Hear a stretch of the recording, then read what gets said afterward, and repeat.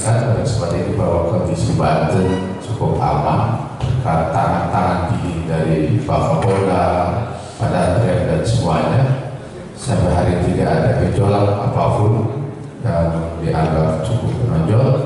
Kegiatan buruh kemarin juga alhamdulillah normal-normal, lantai-lantai saja. Saya juga ikut memantau sampai ke Tangerang yang biasanya agak sedikit juga tidak ada gejolak apa-apa. Walaupun ada tema-tema yang dijual mereka adalah atau isu-isu yang mereka bisa agak kerja asing, dan bisa informasikan memang di sini ada tenaga kerja asing walaupun jumlahnya tidak cukup banyak di PTU Jawa di Kabupaten Serang sama yang Senen Merah Putih di Bayang-Bang ini. Tapi itu pun konfliknya atau kalaupun ada isu-isu yang horizontal itu persoalan jalan saja. Jalan yang digunakan oleh Senen Merah Putih sehingga rusak dan ini masyarakat protes. Tapi kalau tenaga kerjanya, karena sebagian besar tenaga kerja yang di Senen Merah Putih adalah tenaga kerja lokal, masyarakat cukup banyak kerja, sehingga saya tidak melihat bahwa itu akan menjadi sebuah isu-isu atau menjadi konflik di masa depan. Hanya saja memang penanganan jalan aset-aset yang tanggung jawab nasional itu belum dilaksanakan secara optimal. Namun begitu, tentunya beberapa provinsi dan dinas tenaga kerja kalau memantau perkembangan itu, dan sampai hari ini saya tidak melihat, tidak ada laporan bahwa terjadi konflik di bidang tenaga kerja. Kalau pemerintah wajar, isu-isu tentang pemerintahan daerah, tentang gubernur itu wajar saja, karena baru 1 tahun memang banyak orang yang menanyakan apa hasilnya. Tapi normal di mana-mana itu perbedaan pandangan saya juga normal saja kalau saya katakan. Dan terakhir ada 4 pilkada, 2 kota, 2 kabupaten juga berjalan normal. Bahkan kemarin saya ke langsung nemui Pak Danti, Pak Kapolres di Kota Tangerang, dan hari ini juga saya terakhir ke Kabupaten Tangerang, malah tidak terasa. Jadi pilkada rasa apa itu? Rasanya kayak es krim gitu, adem-adem. Pilkada yang tidak terasa cabai juga terasa es krim. Ini juga rasa coklat, malah di sana suasananya nggak ada. Di kota pun, kota Serang pun, menurut pantauan saya dan Pak Suri di sini hadir, bahwa pilkada pun walaupun ada persaingan katakanlah, itu juga masih rasa-rasa coklat. Karena saya di sini juga Pak Kapolda dia melihat ada isu-isu yang bakalan ataupun konflik-konflik bakal terjadi. Sebenarnya semuanya serba nyaman. Begitu juga yang terjadi di Lebak, saya kira juga sama. Kita kemarin ke Lebak, padahal tidak ada situasi. Namun sebagai daerah pesisir, ada 567 km panjang pesisir, ini memang yang harus kita waspadai betul adanya infiltrasi atau masuknya orang-orang yang tidak bisa dikendalikan, khususnya kaitan dengan narkoba dan lain sebagainya. Dan juga di batas kota Jakarta, memang ini agak kesulitan buat kami, Pak Kapolda, karena di sana di bawah Kapolda Metro dan di bawah Pangdam Jaya. Selama ini memang Pangdam Jaya dan Kapolda Metro lebih banyak koordinasi di level Jakarta, jarang kita bisa ketemu, jarang kita bisa koordinasi, sehingga memang ini proses koordinasi yang tidak berjalan baik menurut saya. Saya baru ketemu Kapolda sudah dilatih baru 1 kali itu pun ketika sama-sama menyambut Pak Presiden. Begitu juga ketemu Pak Pangdam pada saat menyambut Pak Presiden. Selebihnya memang persoalan yang perlu kita selesaikan. Saya berharap bahwa Banten 1 Kodam, 1 Polda, dan tentunya 1 gubernur juga boleh 2. Ini sama-sama sih juga kita koordinasikan. Saya kira itu yang bisa saya sampaikan, mohon maaf Pak Pangdam, Pak Kapolda, Pak Majati, Ketua DPR juga. Pada akhirnya saya pamit duluan karena sudah terlanjur mengadakan rapat koordinasi dengan Kabupaten Tangerang, sekali juga ketemu dengan Pak Hadi, Pak Polres, KPU, Pak Struktur, lihat langsung bagaimana situasi dan perkembangan. Kalau kita tahu aman, rasanya kemudian kalau nggak datang nggak bisa mengatakan aman atau berbicara lancar. Itu saja yang bisa saya sampaikan. Mohon maaf, lagi selamat datang. Ya, yang terakhir saya buat dukungan dalam rangka gerakan kebersihan Provinsi Banten. Saya ingin Banten bersih dan pengertian wilayahnya, daerahnya termasuk Banten lama. Satu saat saya minta bantuan dari komandan-komandan batalion mau diizinkan untuk kerja bakti, maksudnya bukan tempat gitu, bersama-sama mensosialisasikan bahwa Banten harus bersih, harus nyaman. Apalagi saya dengar Pangdam Siliwangi itu mensponsori Sungai Citarum untuk dibikin banyak sampah. Banyak sampah sekarang sudah selesai, begitu banyak sungai yang kotor sekarang sudah di program selesai. Bagi-bagi program itu ke Provinsi Banten. Saya mohon maaf Pak Pangdam. Jadi ditularkan dan bersama-sama nanti Gubernur, Pak Kapolda, Pak Danrem dan semuanya sama-sama dengan komandan batalion dan pasukan itu bisa sampai ada gerakan kebersihan. Karena persoalan kebersihan adalah sampah juga sama kita hadapi di Provinsi Banten. Demikian yang bisa sampaikan. Mohon maaf Pak Pangdam, maaf semuanya bahwa saya amin ke Banten Tangerang. Semoga Banten tetap maju di mana di bumi. Sekarang sudah hampir 12.000 orang dan 12 juta orang. Secara kemarin kita berdiskusi dan prestasi pertama terus kita 5% per tahun. Jadi sudah cukup besar. Sekali demikian yang saya harapkan, mudah-mudahan Allah SWT memberikan keberkahan bagi kita sekalian, keberkahan buat Pangdam dan Bapak Pangdam serta pribadi. Mari kita bacakan Al-Fatihah supaya beliau mendapatkan kekuatan, keberkahan dan kemudahan dalam laksana tugas. Al-Fatihah.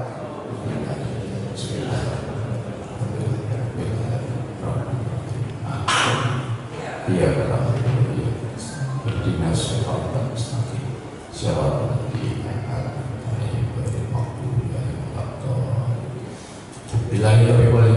Wassalamualaikum warahmatullahi wabarakatuh. Waalaikumsalam. Memperkenalkan diri, saya selaku Pangdam 3 Siliwangi yang baru. Nama saya Besar Harto Karyawan. Besar, mungkin orang tua saya menginginkan anaknya menjadi besar, memiliki harta dan memiliki karya. Karyawan itu orang yang suka berkarya. Karena saudara-saudara saya yang putra semuanya artinya besar. Agung Harto Gunawan, Agung besar, Harto harta, Gunawan orang yang berguna. Adiknya Ageng Harto Riawan, Ageng yang besar, Harto harta, Riawan orang yang suka bersukaria.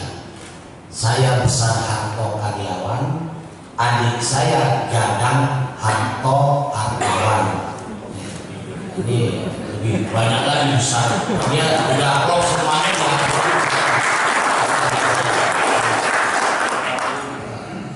Ini asli saya putra Jawa kelahiran Sumatera. Mbok kenyong Selawi, bapak kenyong Pemalang, Pak. Meletek-meletek dewek katanya. Tapi ampun lahir di Padang. Jadi orang awak orang Minang. Nah, ketek di Padang, gadang di Medan. Bulu-bulunya di Padang dan Masabila makamu belum mati sebetulnya ada bodoh lain. Masih saudaranya Pak Kris. Kebetulan Pak Kris ini adalah rekan saya satu SMA. Ya, satu SMA. Alhamdulillah saat ini menjabat di komandannya aliran sungai lah. mengurus tentang masalah air mengalir dan sungai. Karena memang sangat mulia sekali kalau kita memperlakukan air sebagai sumber kehidupan. Ya. Demikian sepintas saya riwayat saya banyak bertugas di Jawa Barat dan di Jawa Timur. Saya rekran sampai komandan batalion itu ada di Jawa Timur, mulai dari Danton, Danki sampai dengan Danyon. Kemudian komandan kodingnya saya di Kabupaten Malang dan Batu. Kemudian saya menjadi kasih komponen Malang, selanjutnya menjadi kasrem di Mojokerto, menjadi kasrem di Surabaya, wakil asisten operasi di Kodam 5 Brawijaya. Setelah itu barulah di Tasik menjadi komandan Brigif 13 di Tasikmalaya. Selanjutnya saya nyebrang pulau, saya menjadi asisten operasi di Kalimantan Barat di Pontianak. Dari Pontianak nyebrang pulau lagi, kembali saya ke Magelang. Di Magelang menjadi staf ahli di sana. Kemudian saya melanjutkan pendidikan di Sesko TNI. Selanjutnya saya menjadi dosen di Sesko TNI. Setelah menjadi dosen di Sesko TNI, saya dipercaya menjadi komandan korem di Garut. Jadi abdi mah juga orang Garut, orang Tasik. Ya. Jadi Garut, setelah dari Garut saya pindah menjadi Irian Jaya, memasuki kota ibu kota. Kemudian saya Lemhanas, setelah Lemhanas saya kembali ke Kostrad. Jadi saya 20 tahun saya pengabdian saya banyak di Kostrad. Dari Danton sampai Danyon, Dandik, terakhir ke Irkostrad. Irkostrad baru sebentar saya pindah kembali lagi menjadi Kakordos di Sesko TNI. Kakordos di Sesko TNI selang berapa 4 bulan sebagai Kakordos ditarik diciduk lagi kembali ke Kostrad lagi, menduduki posisi semula di Irkostrad.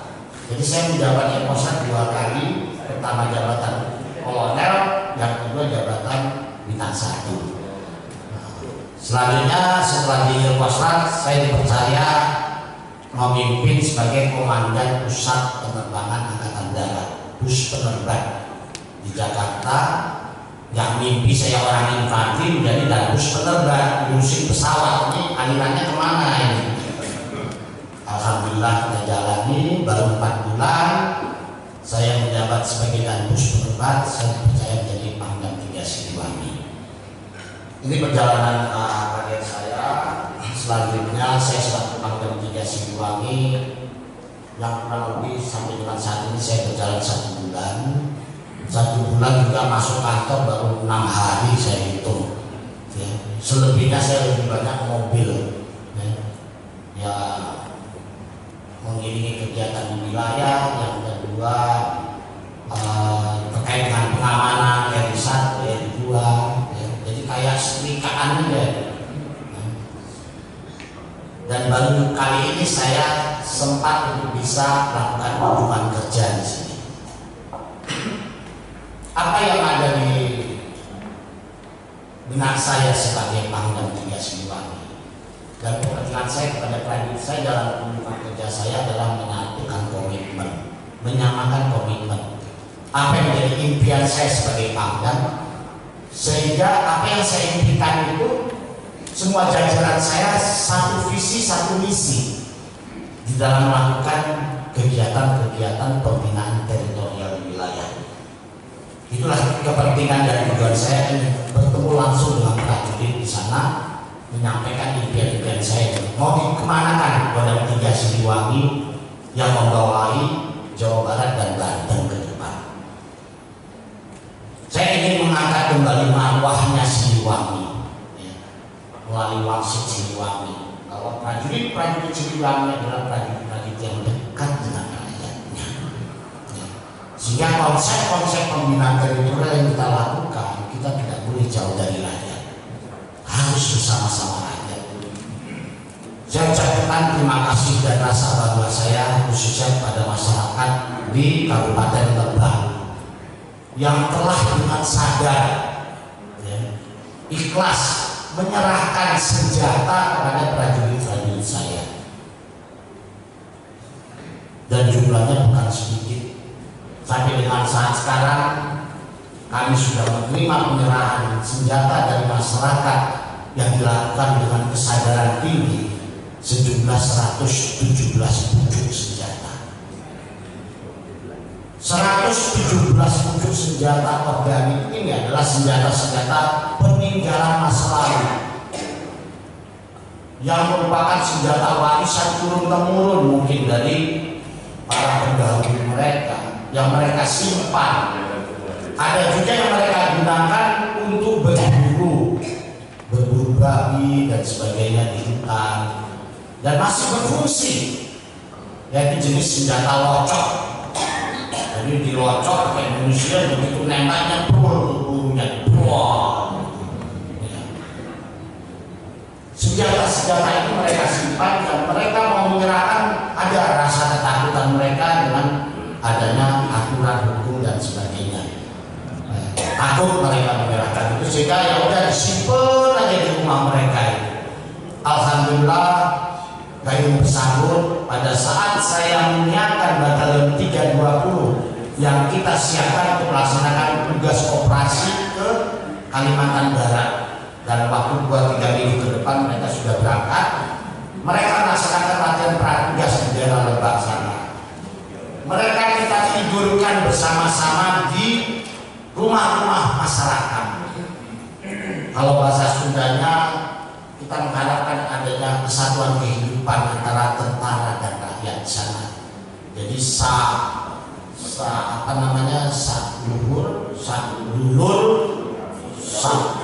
sumur, sak kasur, sak lembur. Nah, itulah salah satu dari modus Liwangi. Hanya sak kasurnya itu tolong dimaknai yang positif, dalam arti sak kasur itu tidur satu rumah. Jadi bersama-sama mereka tidur di masyarakat. Uang lauk mereka serahkan kepada orang tua asuh mereka yang mereka tempati.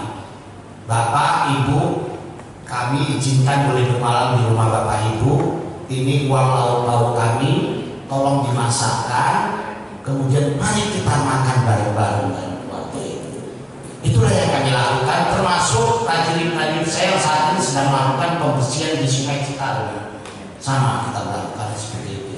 Demikian juga prajurit-prajurit saya yang saat ini besok saya akan melaksanakan penutupan TNMD di Lebak sana juga kami lakukan seperti itu. Ya. Sehingga terjadi interaksi, terjadi hubungan batin antara prajurit-prajuritnya sepanjang 269 km Sungai Citarum. Setiap sektor saya bagi dengan sektor 22 sektor. Masing-masing sektor dipimpin oleh seorang kolonel. Karena saya banyak kolonel-kolonel yang nganggur nggak dapat jabatan di Kodam 3 Siliwangi itu kita alhamdulillah kita panjatkan. Yang kedua, merubah mindset masyarakat. Sungai adalah serambi depan rumah kita. Inilah yang saya tanamkan dan saya tularkan melalui komunikasi sosial yang kita lakukan di dalam kegiatan sosialisasi dan kegiatan para prajurit saya yang bermalam di rumah-rumah penduduk. Secara perlahan mulai tumbuh rasa kesadaran, rasa malu masyarakat yang tinggal di sepanjang Sungai Citarum untuk membuang sampahnya di sungai. Induk sungai sudah bersih, loh masih ada sampah. Ternyata biang sampahnya dari anak-anak sungai.